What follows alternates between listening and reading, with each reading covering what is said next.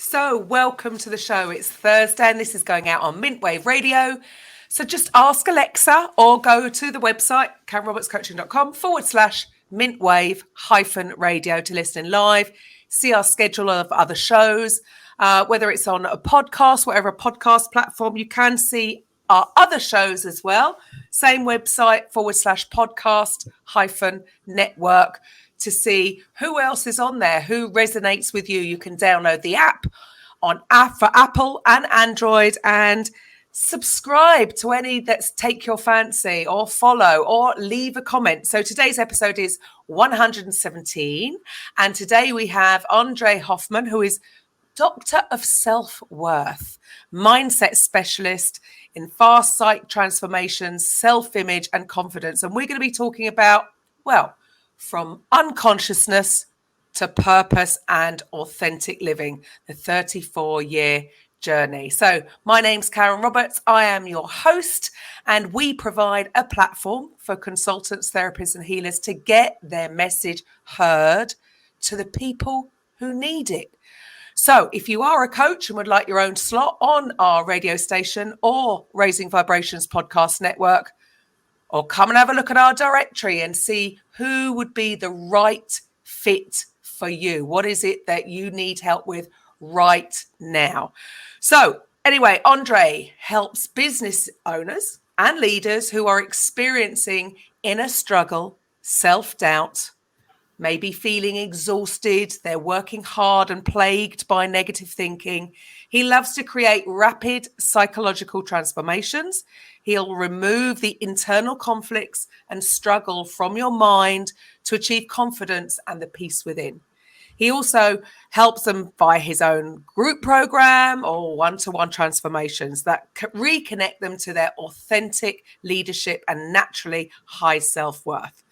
He's helping people on 3 continents from a variety of countries. And as a result, they enjoy emotional freedom and multiply their impact in their business, in their community and their life.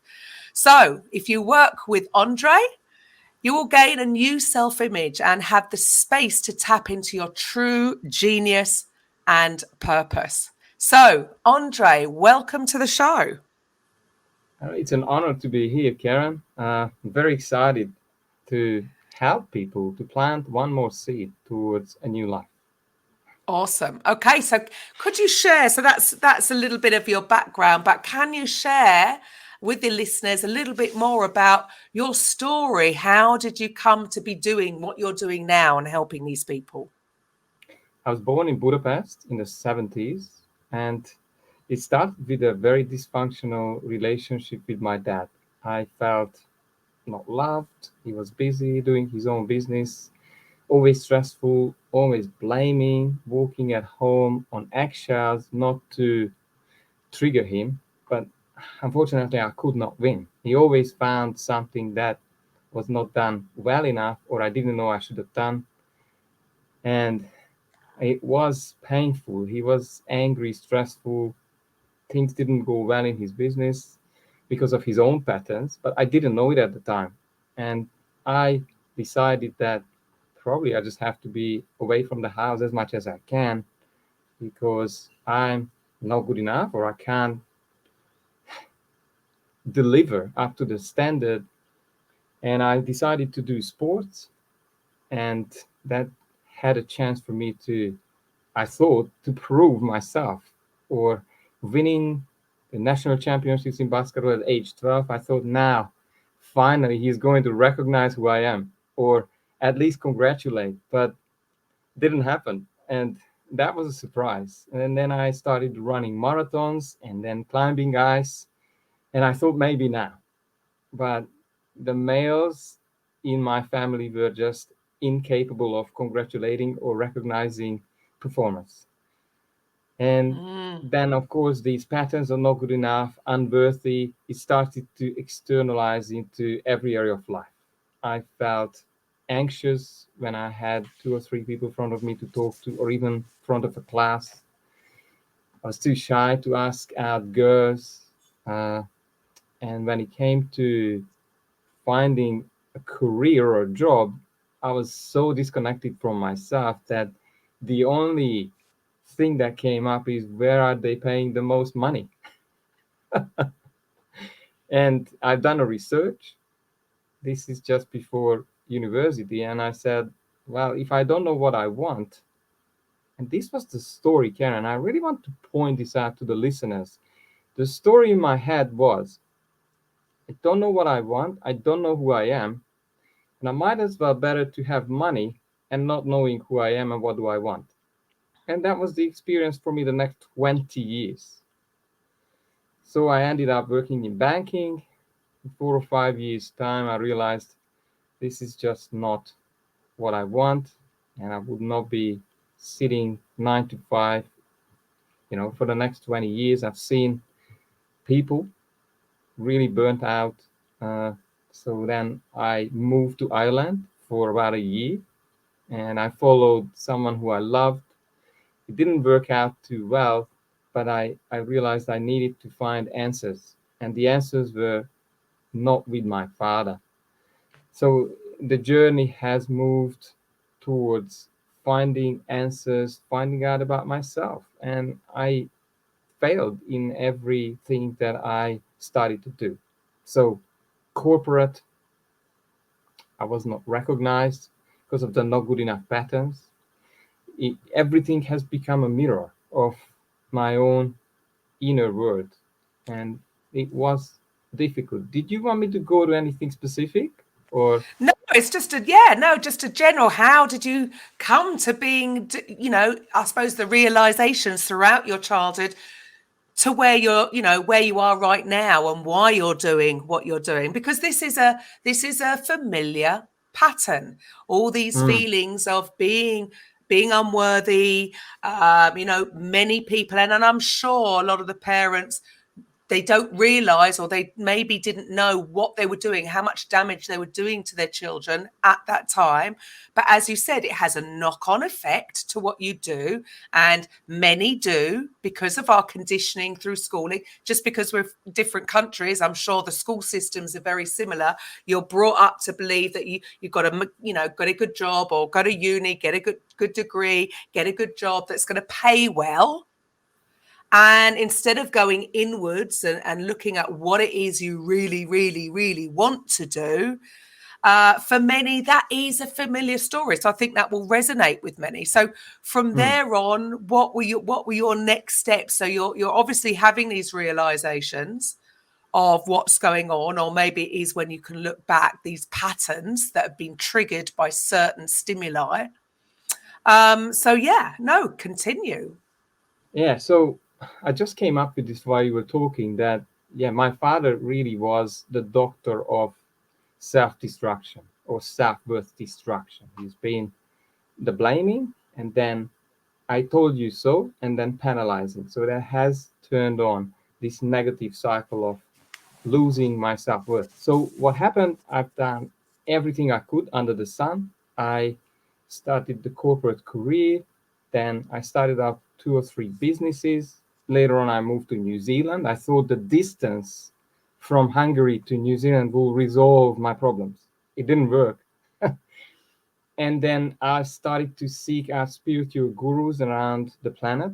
I traveled 63 countries to seek out the answers. And I, at that time, I was still hoping they are outside. And someone would tell me, of course, they were inside all along. And I did not find the right therapy, the right book. And I spent over $100,000 on, Anthony Robbins events and weekend seminars and John DeMartini and T. Harbecker, everything under the sun.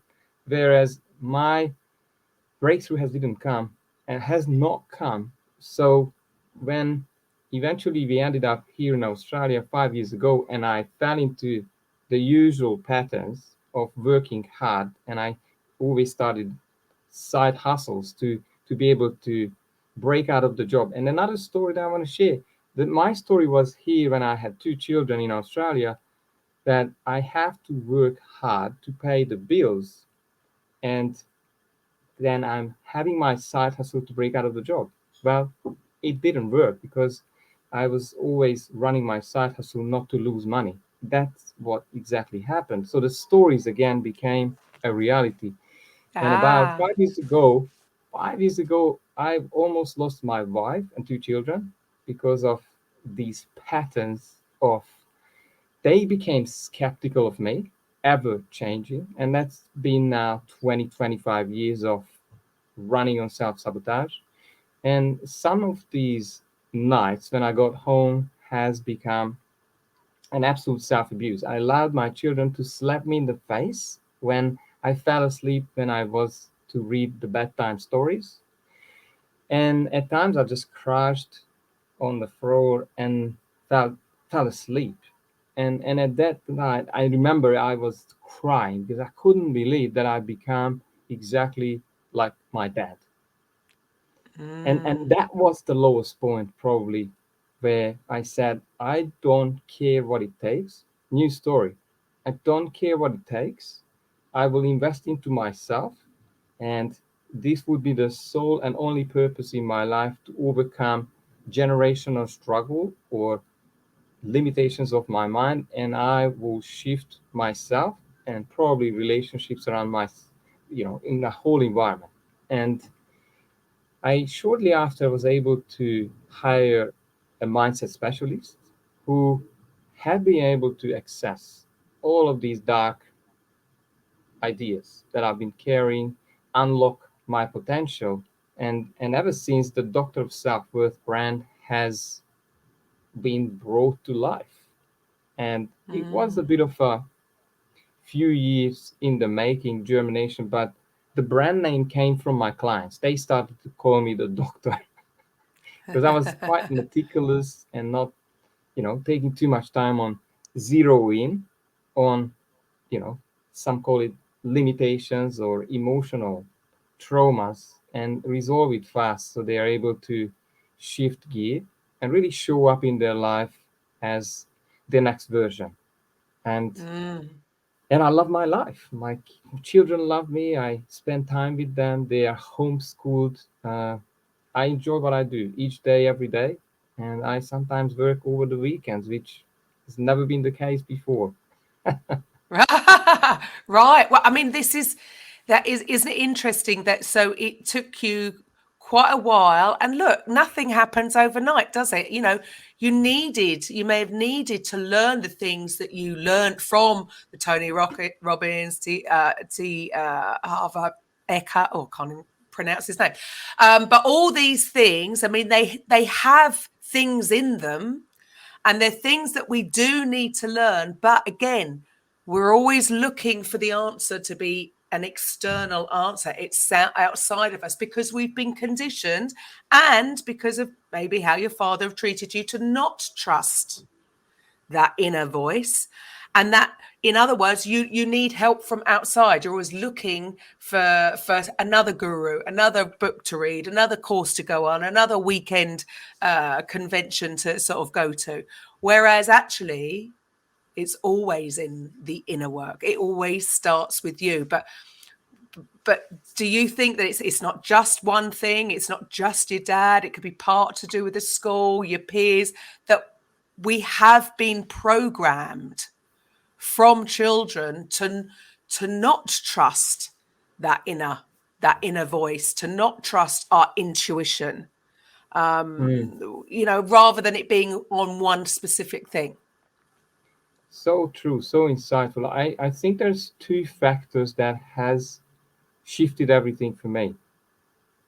One, one day I realized that personal development, the traditional way, the next book, the next seminar, caps out. Why? Because it has not given me a new experience of myself. And imagine I have all of these. I've got a demonstration tool. I'm putting on this colorful little lens in front of my eyes now, if you're listening in. So with these filters, I went to these seminars. So my mind has taken on anything that has been fitting into the limitations that I was carrying. I was taking action on the easy things, comfortable things. And I kind of disregarded everything else. And again, the trauma or the problems, then it started to really aggravate in my life. I had no more excuse. So from 8 out of 10 commitment level of, well, I'm working on myself, I'm really putting in what I need to, it has become a 10 out of 10 commitment when the pain and the perceived losing my wife, losing my family has really got me committed.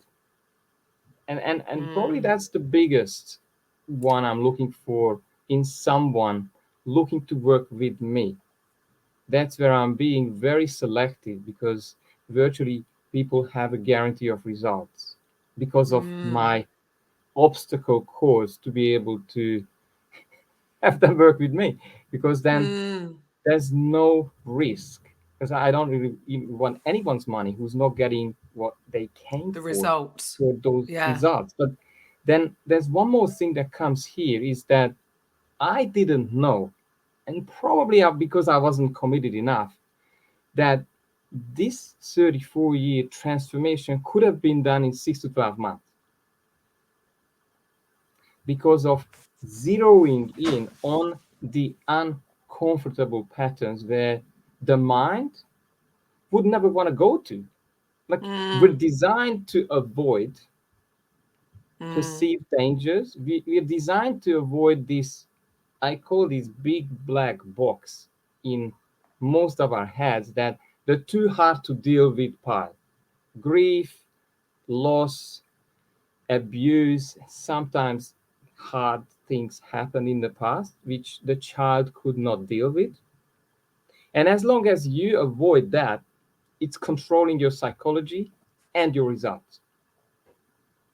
And mm, unfortunately, for most of us, before the transformation, because we are not able to build a bridge, to build a rapport with this mind, survival seems to run our psychology and our results. And survival is never about thriving or happiness. The subconscious mind doesn't care about you being happy or mm. contribution. No, it's about keeping you safe. The well Mm. known, familiar old results. And it's Yeah. painful. Well, we're designed to, we just want to avoid pain. Avoiding pain seems to be more of a driving force than going for your goals. And yeah, I would agree. We all don't want to look into, I love that uh, description there. There's this black box that nobody wants to open.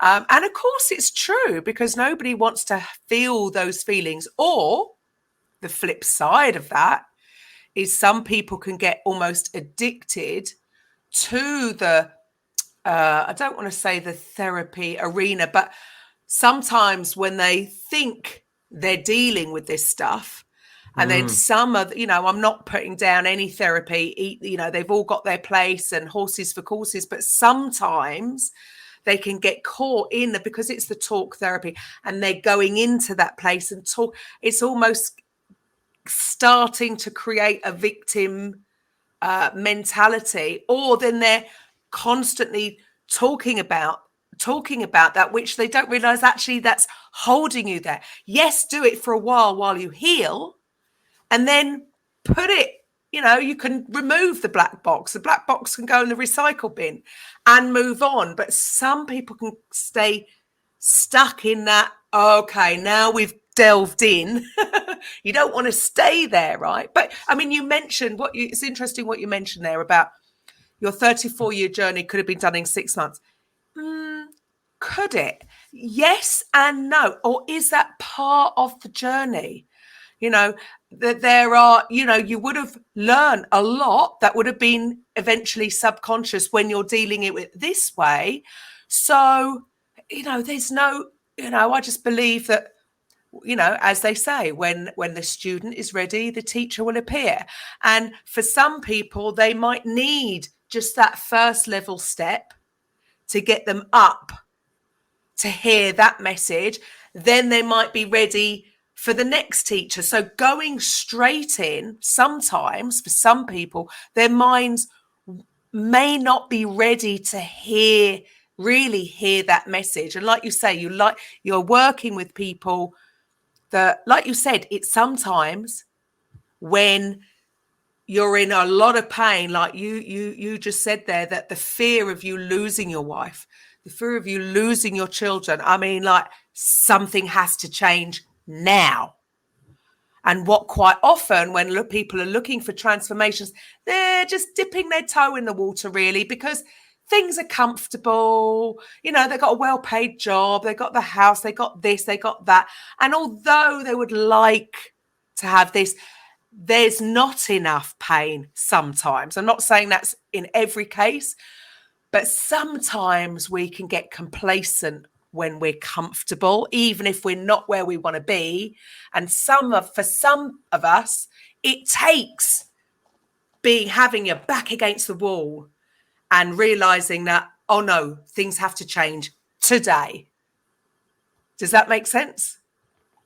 Very, very common. And I love how you have put it, that I believe sometimes, and a lot of therapies I see, they re-trigger the old problems and then creates a recurring experience of the same thing, which again, there are different therapies, and some of them are just not resolving things at the root. It's a work on the surface or sometimes on the symptoms. Almost, I might give you an analogy. So if you have a garden and you have seen the weed is kind of taking over your little garden, then you don't usually go out to trim the weed. You would pull it by the root. So it is actually removed. So it won't grow back and take over again. And the mind works, I believe, exactly the same way. And what it requires, and especially subconscious mind, it's the programming is so strong that it prevails a lot of other ideas. And that's where commitment is key.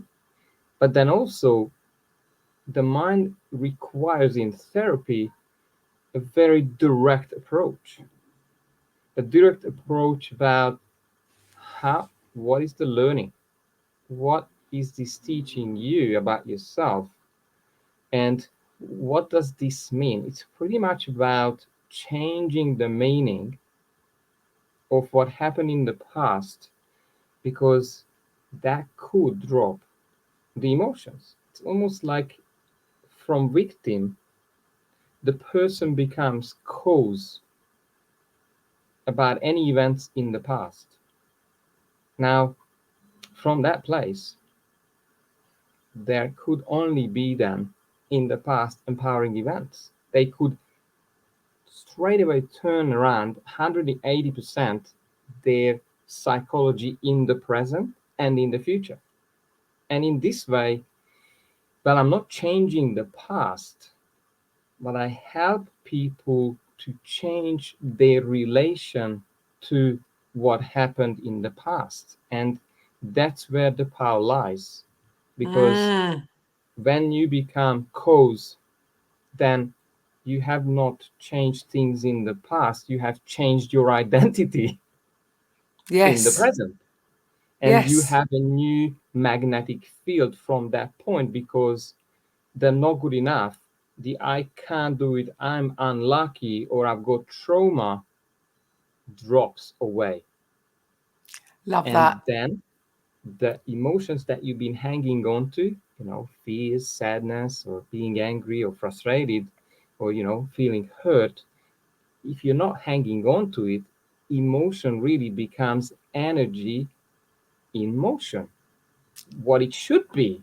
We are designed to experience emotions and allow them to go. We've seen probably babies. They're amazing. 1 minute they are angry, the next minute they are peaceful, third minute they are asleep, and they are not hanging on.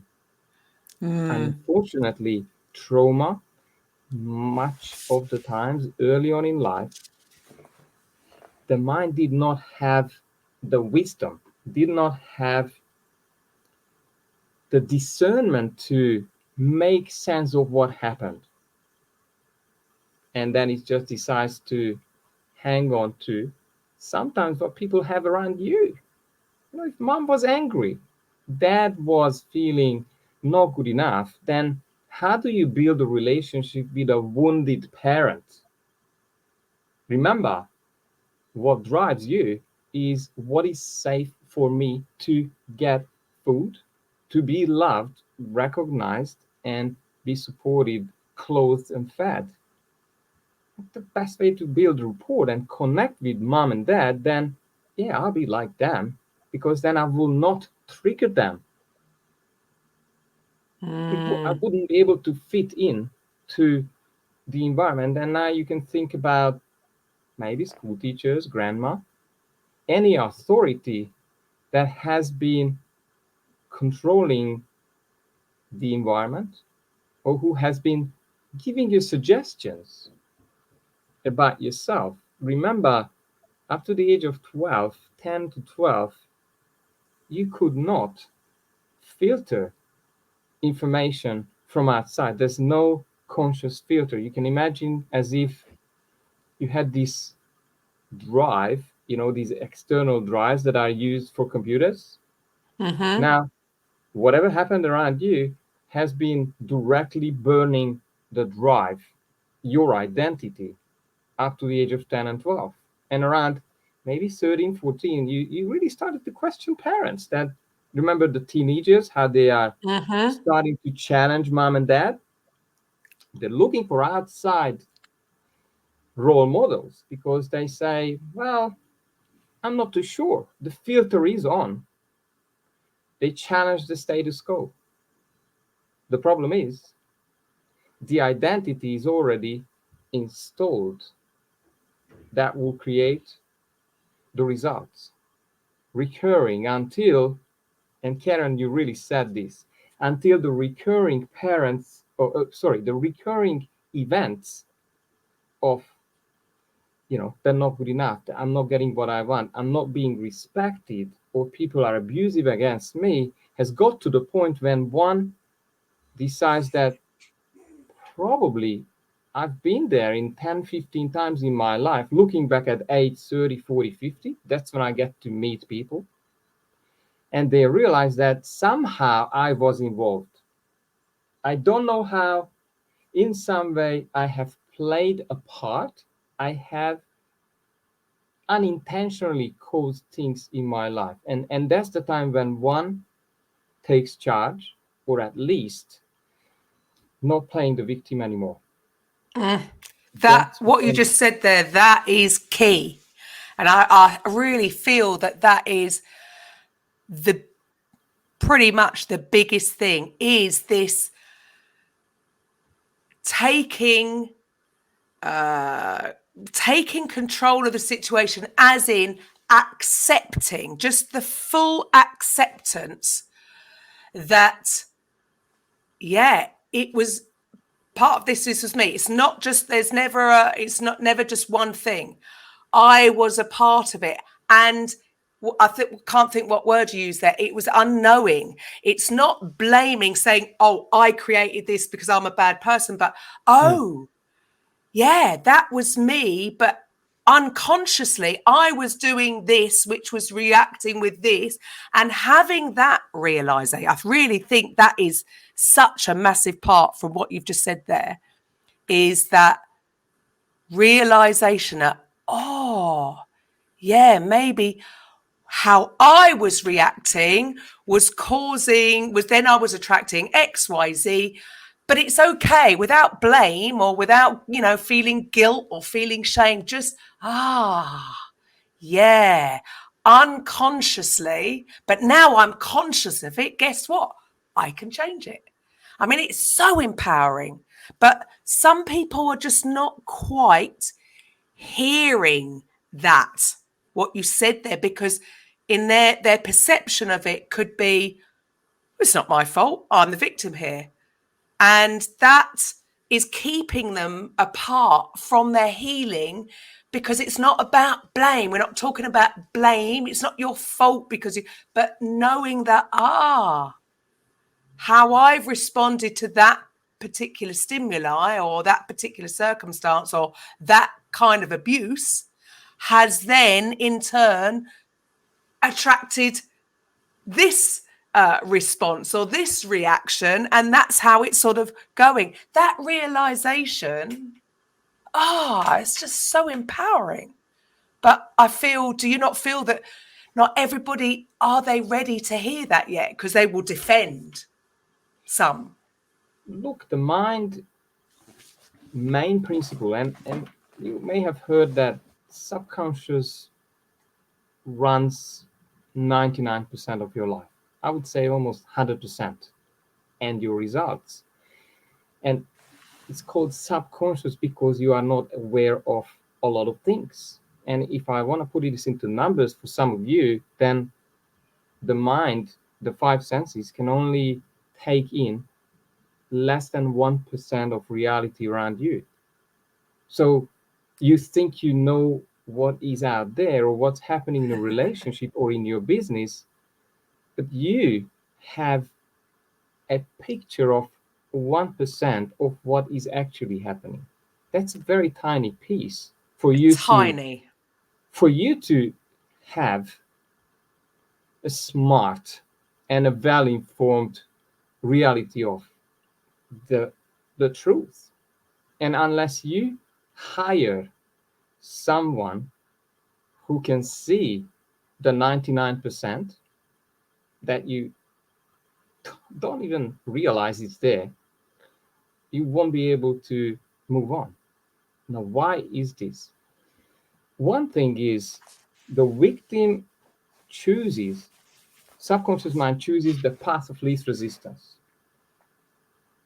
So why would I want to change when I have been okay in this lukewarm water for most of my life? And my parents have been through this, and it's a similar way, and I'm doing maybe a bit better. So that's one thing why you're not getting probably the results that you're looking for, because consciously most people have set their goals. It's in every personal development course. But then the other part of the mind, I'm talking subconscious, has to be on board for you to make progress. Now, here's the problem. These two start to massively fight in your head. You take in action and then you start to self-sabotage yourself. Why is this happening? It's because the map from the past, remember I talked about this, the map of life has been installed early on in your life, and at times it's tied to events that has not been resolved, to especially not in an empowering way. Like, unfortunately, the mind that is running you has some strange nature. It always creates a story, and most of the time the story is disempowering.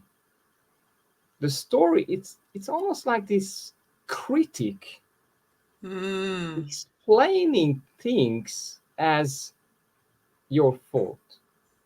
It's searching for what you've done wrong and looking for the negative in a lot of things. And I really want you to understand why that is happening. Like, we're working with this mind that's been running amok for hundreds of thousands of years, probably. And the mind that has kept alive the caveman was absolutely about where is danger, what I need to avoid to then save my family and be able to pass on my genes to the next generations. So I will not cross this plain. I see a better cave on the other side of the river, but the river has crocodiles. There's a lot of perceived danger in the way. So what would you do? You would probably hang on to what's safe, what you know, and your mind would be always going at where is the predator, where is the danger. And most people live their life with looking for danger.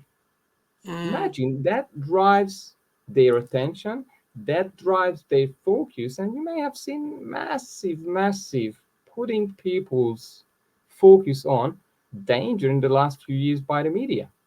But you already have got it. You've been planted with this mind, and now it's being triggered. And as long as you're focusing on danger, what you pay attention to, what you give energy to, it will grow in your life. Mm. So you end up 100%. having more and more and more of it unconsciously again, creating more and more problems and more of what you do not want because the Oh, map is wrong. mm. It's almost I like, mean, that's massive. That is massive, and I would agree. You know, the media have. That's why the best thing I ever did 2 years ago was get rid of my television. I can't yeah, even. I don't even know. I'm so behind everything. I'm just like, I don't care. I'll focus on my world. mm, If I can't directly make a change in something, and yes, there's lots of things, awful things going on in the world, as well as lots of amazing good things going, but we hear one side of it and one side of it alone. Now, if it's something's local that I can physically do something about, I'm going to help. If I can't, if it's beyond me, why would I want to put myself in that whole feeling of place? Even empathy and sympathy, is it helping?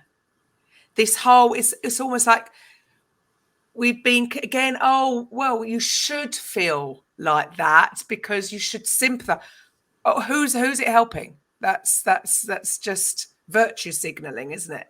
so That's so not helping you. So all these stresses that have been put on people on top of their day-to-day instinctive, looking out for fear is, I mean, it's just too much, too much, too much. We're not designed to cope with so much stress. And there isn't a predator. There aren't crocodiles in the river down the road. These are all perceived threats, which is having exactly the same physiological reaction going on. The same hormones are being released as though there were crocodiles in the river down there. I mean, it's crazy to think that part of it we do to ourselves with creating our stories. Then we're being, if you're allowing it to, you're being dumped on by more external, something that's happening thousands of miles away where you couldn't possibly do anything about. No wonder so many people are unhealthy, unhappy, because cortisol is not helping the mind, it's not helping the body, it's not helping the spirit. It's such a shame because it can all be flipped around so easily. so profound. I loved how you have been articulating. Yeah, like how does that help you to know that another tourist bus has dropped off a high mountain in South America? You really need to ask yourself and create boundaries. I did that 15 years ago, and I said, well, I start to filter what's feeding my mind. If I if I love myself, I think it comes down to self-love. Are you loving yourself enough to control what's affecting your mind? Because everything is affecting your mind. Some people thinking, oh, I'm just watching horror films for fun.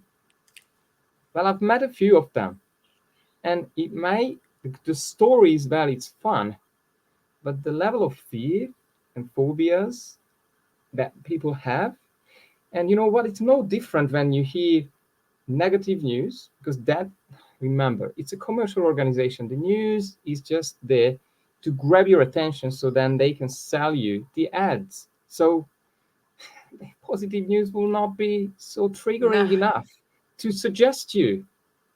So remember that Well, we're we not. said we run away from pain. We said earlier, didn't we, that running away from pain is a stronger, unfortunately. Mm, And you've just said that there. You know, the news, they've got to sell what's coming, and how mad that unfortunately the positive thing isn't a strong enough thing to sell their stuff. It's they've got to grab your attention with the negative, which is it's mind blowing, isn't it? It's like, why? Why are we?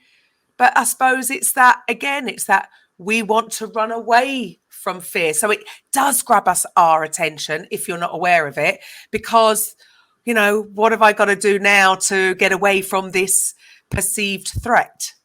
And now put the adverts on and buy my stuff.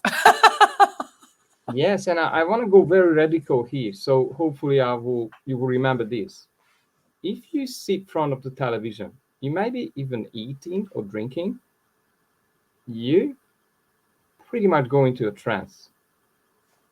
Open up that subconscious mind. Remember, the subconscious mind is running your results. You say, all right, it's open, suggest me. And you will be suggested with a lot of things. And you might find yourself running down to McDonald's, eating crap, popping the pills, because they tell you what to do.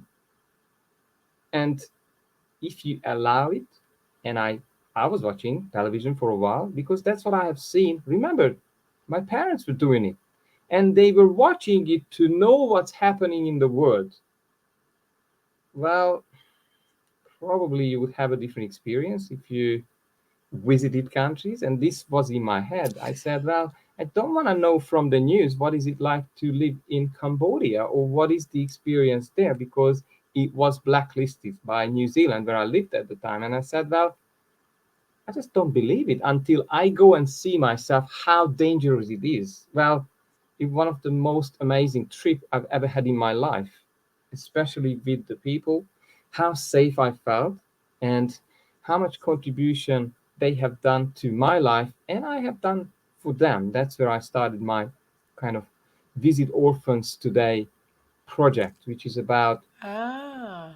involving as many people as possible. And it's a Facebook thing, Visit Orphans Today, to really show up, have a human connection, and help orphans however you want. Give them a hug, stay there a few hours, play with them. Or the way I do it is sometimes I just ask what they need.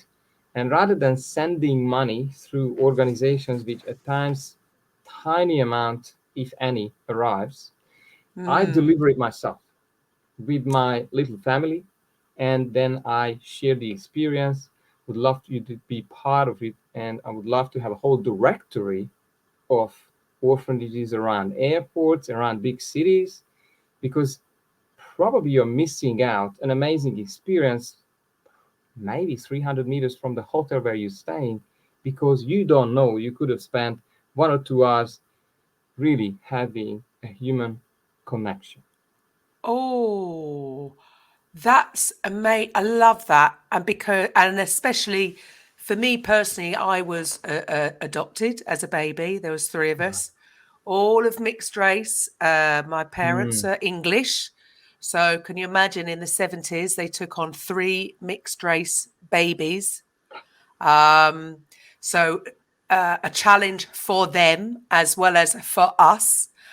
And, you know, I am grateful every day for that, having that opportunity, because the alternative would have been being brought up in a home.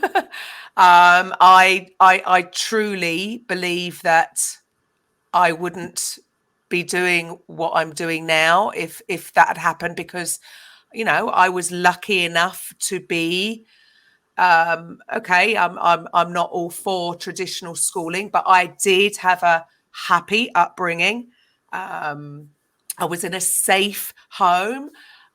So I had opportunities, and, you know, because of trauma through being brought up in a children's home, other sides of things. If I hadn't have been introduced to the self-development arena as I was 20 years ago, I know that's changed my life since. I get it. Not everybody has the same opportunities growing up due to things that are totally not in their control. They had no control over being an orphan. So to me, especially what you're doing is absolutely phenomenal. And well, I hope more people get involved with that. So with your mission, so I know you want to change 1 million lives and 1 million orphans through your Visit Orphans Today project. So you mentioned that was from your sort of trip to Cambodia. How long, how many years has this all been going?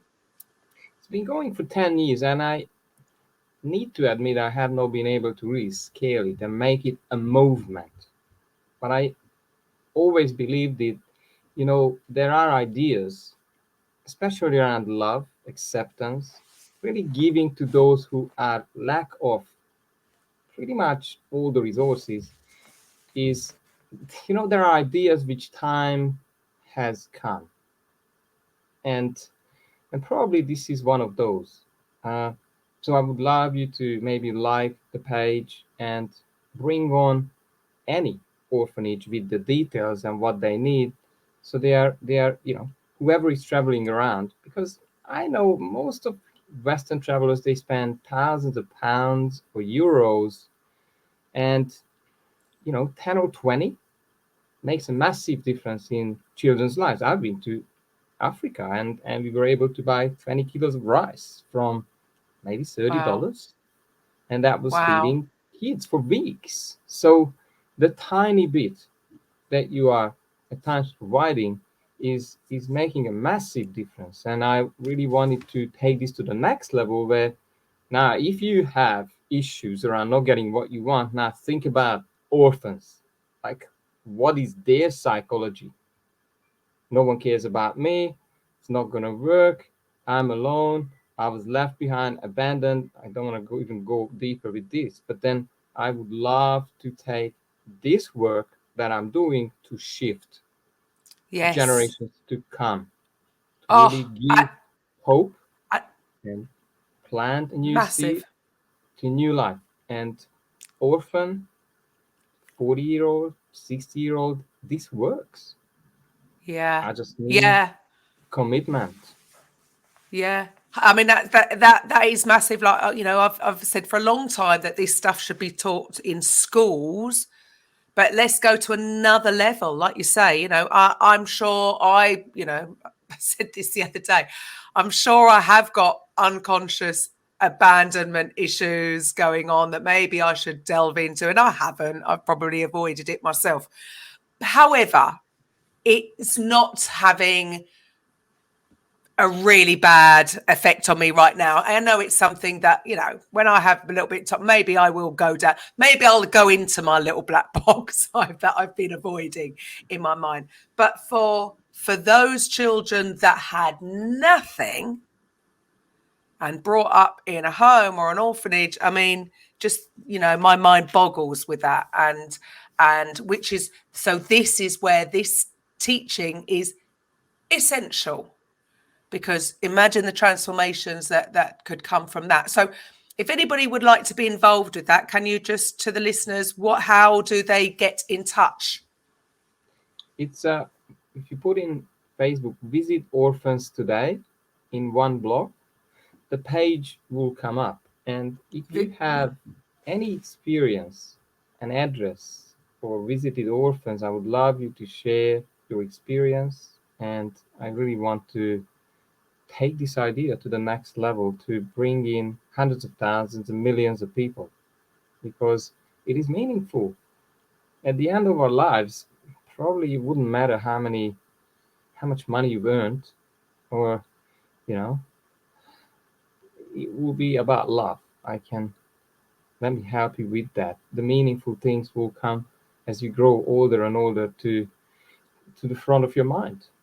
uh, Mm. So let's Mm. be real and make a difference. Wonderful. What an amazing thing you're doing there. Okay, so for the listeners, if they can't see, so we'll have all the details anyway down here. If you're watching this, wherever you're watching this on, but if you're just listening via the radio or via podcast, how do people then get in touch with you if they're interested in coming on to help, delve into their own little black box? Maybe they've decided, maybe I should have a little poke around and maybe have a clear out, maybe do a spring clean of my little black box. Maybe it's time. Come on, it's beginning of March, it's springtime. It's time to do the spring cleaning. So how would they get in touch with you? So easiest way, if you put in the search hashtag Doctor of Self-Worth, probably you will end up at one of my videos or one of the social media pages. And also I have a free ebook on my website, which is www.drofselfworth.com, and you will find a free ebook download. It's called Journey to Your Authentic Self-Worth. It has a few exercises in it to really start to open up that black box That you're avoiding. that's holding the keys to your life. And I have a small group starting probably next month. It's called Mastering the Inner Voice, when we really go into what has been working for the last few years with clients in a group setting, and we'll be able to shift many of you. It wouldn't be more than 8 to 10 people, so it has some one-on-one time. And Karen, I think you're a lucky one. I will have time for you to maybe shift a little things, because it has parabolic like the effect of dropping seemingly tiny things in the way is, remember, shifting reality big time. Unexpected things start to take place. Synchronicities, hunches, coincidences start to happen to make reality the new version of you starting to show up. Even relationships start to change. That's what I hear back from some of my clients. They had, certain person triggering them, and then mysteriously they tend to change their behavior. Of course, it's not them, but the experience is that, oh wow, people are There you go. evaluating me more. They are listening to me. I'm being heard. They're not hurting me anymore. Now I'm taken seriously. And of course, you create a few more boundaries. And voila, And that's you've got a it, new isn't life. it?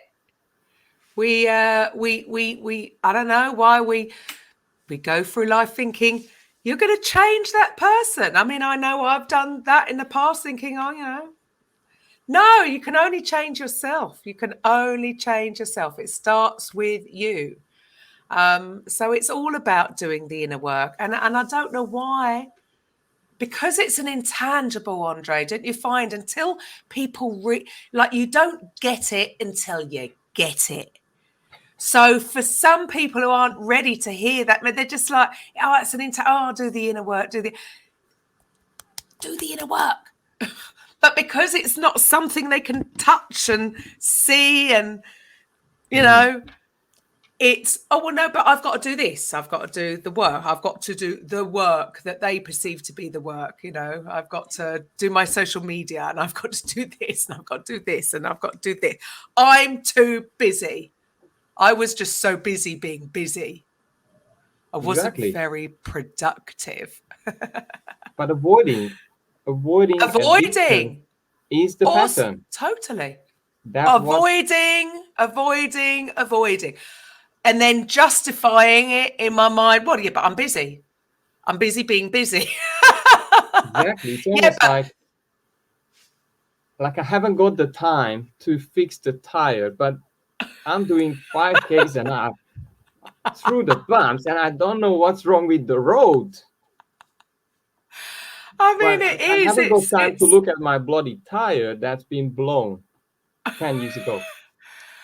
We are, as I keep saying, I've got to be careful how I use my verbiage, but it does make me laugh because we are really quite phenomenal beings, really. And you've got to be able to take a step back and laugh at yourself and go, oh my goodness, have I really been doing this or reacting this way or getting these results because of this? Like, of when I was 4, like we have to find a way to lighten it. Or when we talk about going inward and doing the work and trauma, it's quite heavy, isn't it? It's like, and that might be why people are avoiding. It's like, lighten it up, man. You're not there anymore. You're here. You're a new person. You're not even the same body as you were back then. Like, come on, man. Look at it. No matter what happened, it's done. Yes. It's done. So we have to find a way to lighten it, bring it up and clear it. And look at yourself from a different perspective and have a laugh, because it is actually funny when you look back and you think, really? That was all my fault? Oh my goodness, silly me. But it's okay, without blame. Saying silly me without, oh, really silly me. I don't mean it like that, as in like, oh my goodness, look what I've been attracting because of that. Then you can change it. Absolutely. And if you're able to just golden nugget, if you can take this thing away, you're able to look at hardships, failures, relationship challenges, money, whatever it is now in your life as a reflection of the deeper parts of the unconscious mind that you have not yet faced and resolved, you are on the ball. You will have a chance to resolve it all, but I haven't really seen too many people doing it to themselves. I've got to be honest. And that's where it is. I know I've got to do it. I know I've got to have a proper. I've had some little peaks and worked on it, but I know I need to dive into that. But I know I'm resisting it. I've gone there a couple of times, and what happens is you tend to scale and magnify your results. And it will not be coming from pushing hard. Now, that's the magic. Well, I mean, I can tell already, from the work that I've done that, I think it didn't have to be so hard, man. Why was I working so hard at everything? Oh, it's so much easier now. So, yeah, I'm with you. Look, I could talk to you for hours. It's a subject that I'm still fascinated over. I feel like I sit sort of similar, as in I feel like I've been a student of the self-development arena for about 20 years, and it's only the last year that I'm like, I've been getting it all wrong. Or no, reword that. I've perceived the information that I was getting in the wrong way. Thoughts become things. Thought, ego. And now the realization that it's a lot easier than that. Yeah, I've taken my glasses off. Has to come off. Andre, I took my glasses off. I finally got my glasses off, and it's so much easier. So, look, I could talk to you for forever. So, thank you so much for your time today. It's been absolutely fascinating. So, just repeat your website. It was the Doctor of Self-Worth.com. Doctorofselfworth.com. So fantastic for that. For the rest of you, any listeners out there, if you want to get in touch with me and be part of our directory as a coach consultant, website /directory. Otherwise, I will be back on Monday with a Coffee with Karen. Bye for now. Bye. Coffee with Karen podcast. a weekly chat show discussing everything from holistic health to current affairs from a mental, physical and spiritual perspective. Get your weekly cup of positivity with a sprinkling of woo.